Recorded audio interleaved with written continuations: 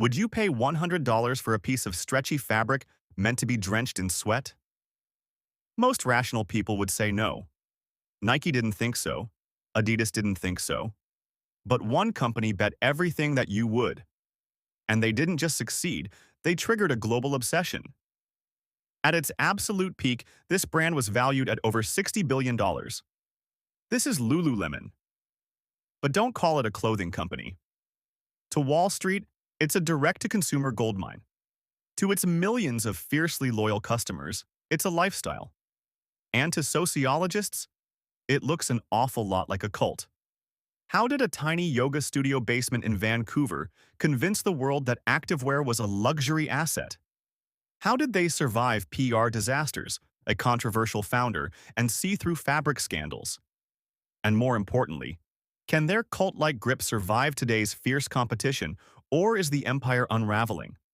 To understand Lululemon, you have to understand its creator, Chip Wilson. Chip wasn't a fashion designer.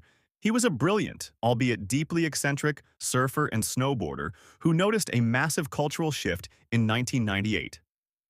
Yoga was suddenly exploding in popularity, but Chip noticed a problem.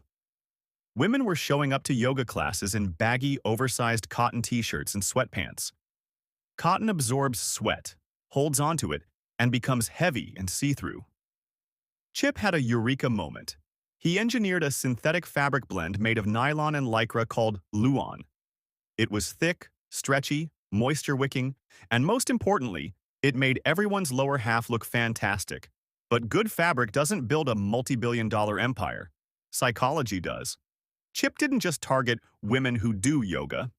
He engineered a highly specific, fictional customer persona. He called her Ocean. Ocean was a 32-year-old professional woman. She made $100,000 a year. She was single, fit, educated, owned a condo, and loved traveling. Chip openly admitted that if a 24-year-old college student or a 40-year-old mom bought the leggings, it was only because they wanted to be Ocean. And why the name Lululemon? Well, this is where Chip's eccentricity gets dark. Wilson later admitted he chose the name because he thought Japanese speakers would struggle to pronounce the letter L, making the brand sound authentically North American and exotic to Asian markets. "It's funny to watch them try and say it," he famously remarked. Red flag? Absolutely. Do we have, the brand in Canada, Canadian brand Lululemon? How do they say in Japanese? We say Lululemon. Lululemon. It's Lululemon. pretty much similar, yeah? Yeah, pretty much similar. We call it Lululemon. Oh, okay. Lulu. Lu is a one word in Oh, Japanese. okay. Lululemon. But the hype train had already left the station.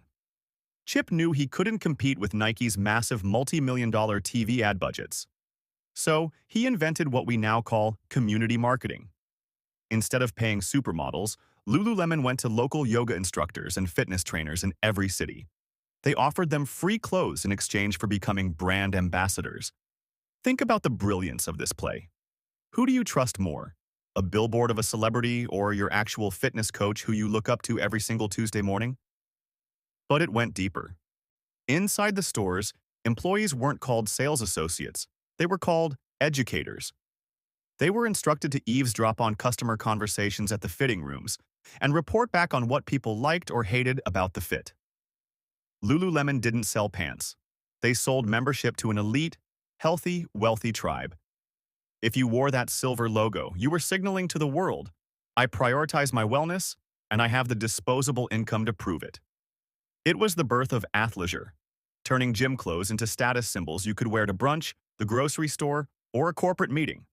But when you build a brand based on perfection, any flaw feels like a betrayal. And in 2013, the fabric of the empire literally tore open. Customers began complaining that a massive batch of their signature black Luon leggings were completely see-through when bending over.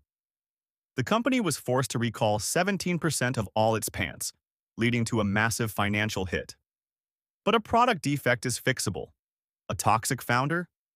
Not so much. When asked about the see-through leggings, Chip Wilson decided to skip corporate PR training and blame the customers' bodies instead. Quite frankly, some women's bodies just actually don't work for it. They don't work for the pants? No, they don't. So more likely that they'll be see-through in some women's bodies No, than no, others? I don't think it's, really about the rubbing through the thighs. The internet erupted. The brand that championed self-love and wellness was suddenly exposed as exclusionary and body-shaming. Under immense pressure, Chip Wilson was forced to step down as chairman, eventually leaving the company entirely. Lululemon survived the Chip Wilson era by professionalizing its leadership and expanding aggressively into men's apparel, footwear, and international markets, especially China. Today, Lululemon is facing a brand new crisis. Brands like Alo Yoga have stolen the Hollywood it-girl aesthetic, while Vuori dominates the premium comfort market. On top of that, Gen Z has embraced dupe culture. Why spend $120 at Lululemon when a TikTok-recommended Amazon clone costs $25 and looks identical? Combine that fierce competition with internal corporate governance drama, and the company's valuation has taken a steep tumble from its glory days. The cult is being tested like never before. What do you think? Is Lululemon still the king of athleisure?